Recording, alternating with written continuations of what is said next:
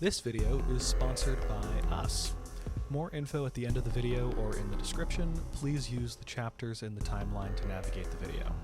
The M3 lineup of MacBook Pro models follows this year's M2 Pro and Max from back in January.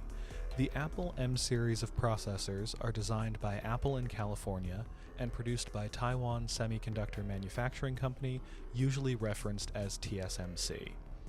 The M3 chips are the first to be on Apple's 3nm process, as M1 and M2 were both 5nm. Rumors seem to suggest that yield on these 3nm chips is lower than usual, apparently as low as 55%.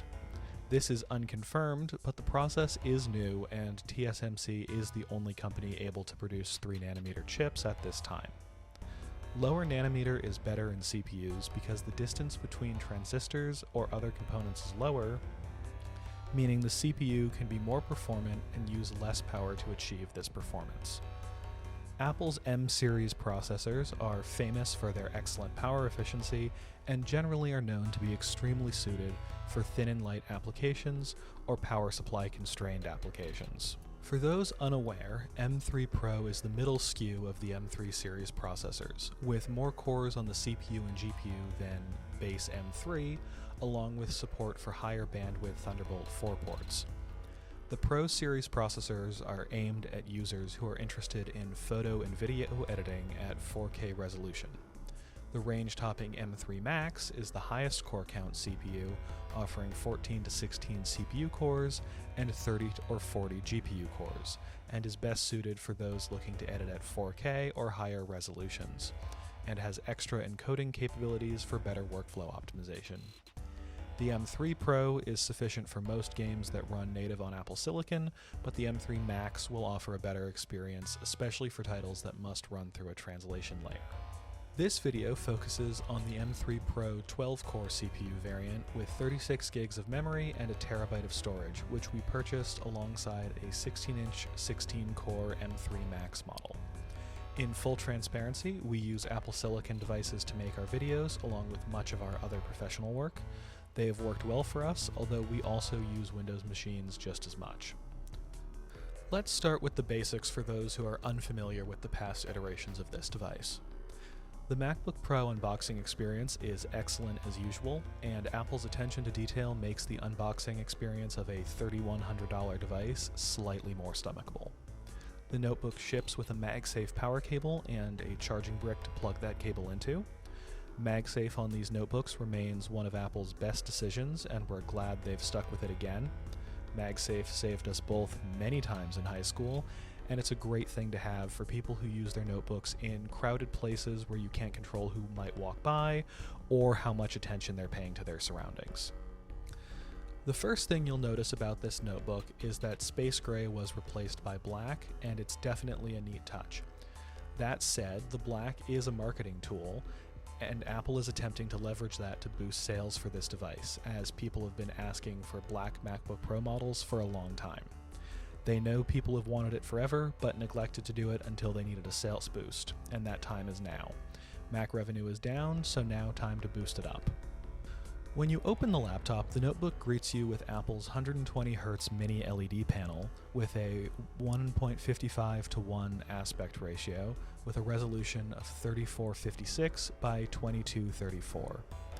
The 500 nits display has a contrast ratio of 1,000,000:1 and can sustain a full screen brightness of 1000 nits and up to 1600 nits of peak brightness in HDR content.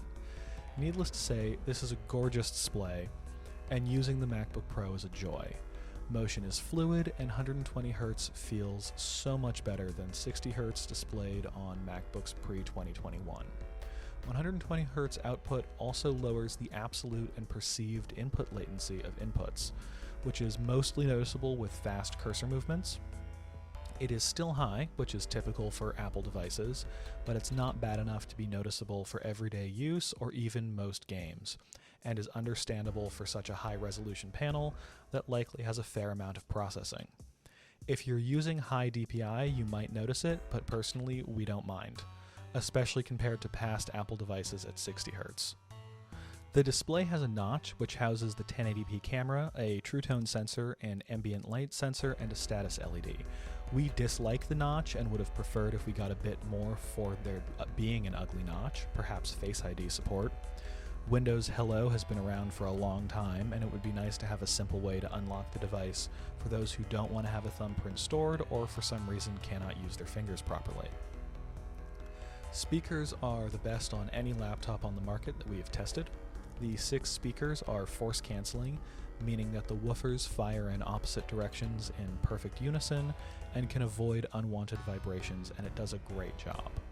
The speakers are insanely clean in the mid and high tones, and bass is plentiful and clean.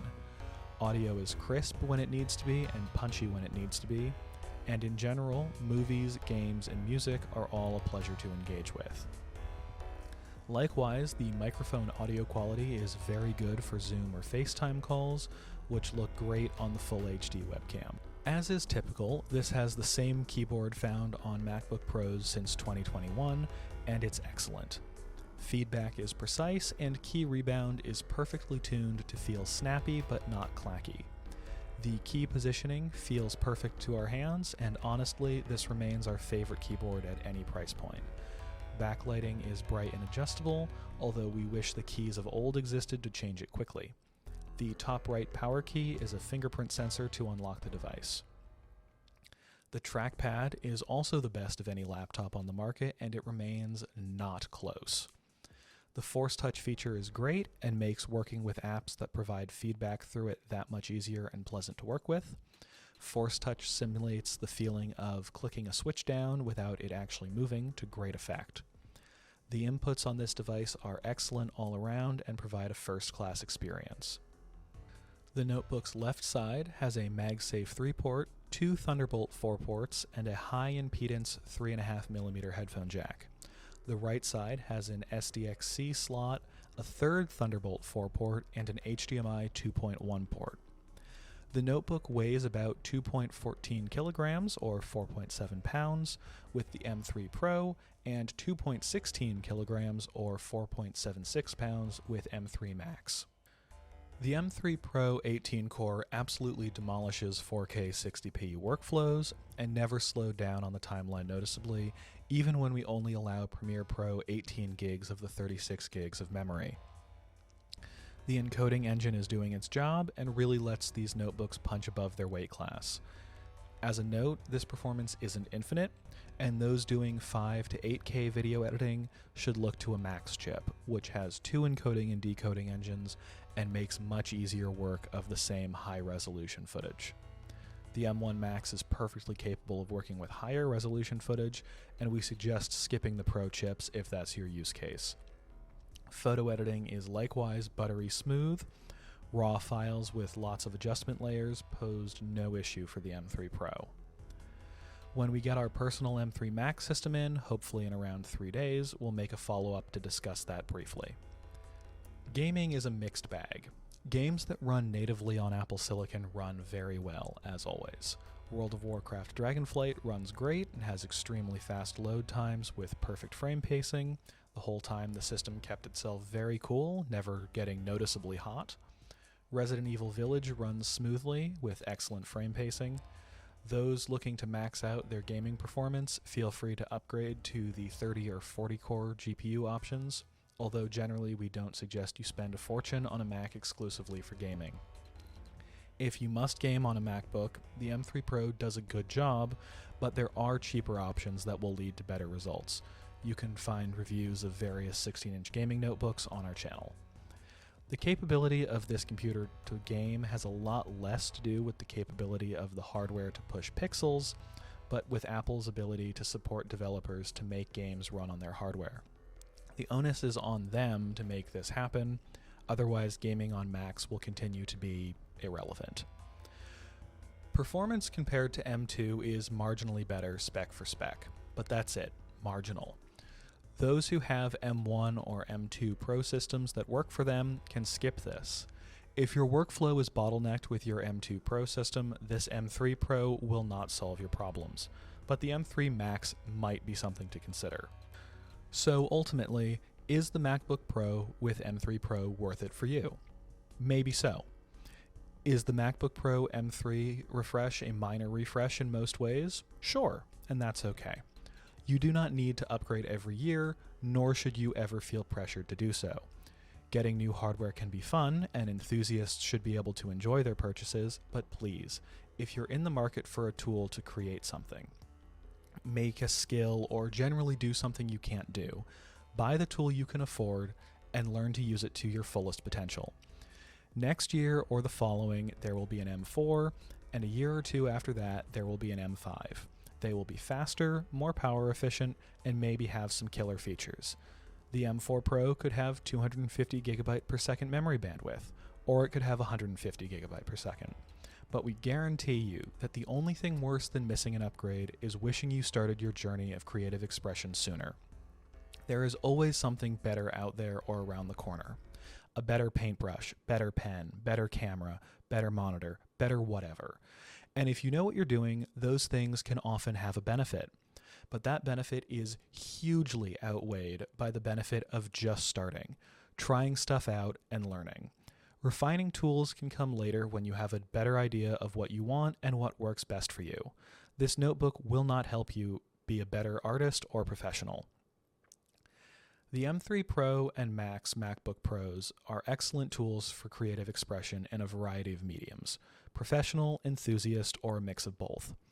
If you can accept the price, the MacBook Pro 16-inch is by far the most premium and well-rounded laptop that has something for everyone. We can't think of a notebook that is more suited to the day in and day out nature of the everyday creative workflow. Just expect to pay for it.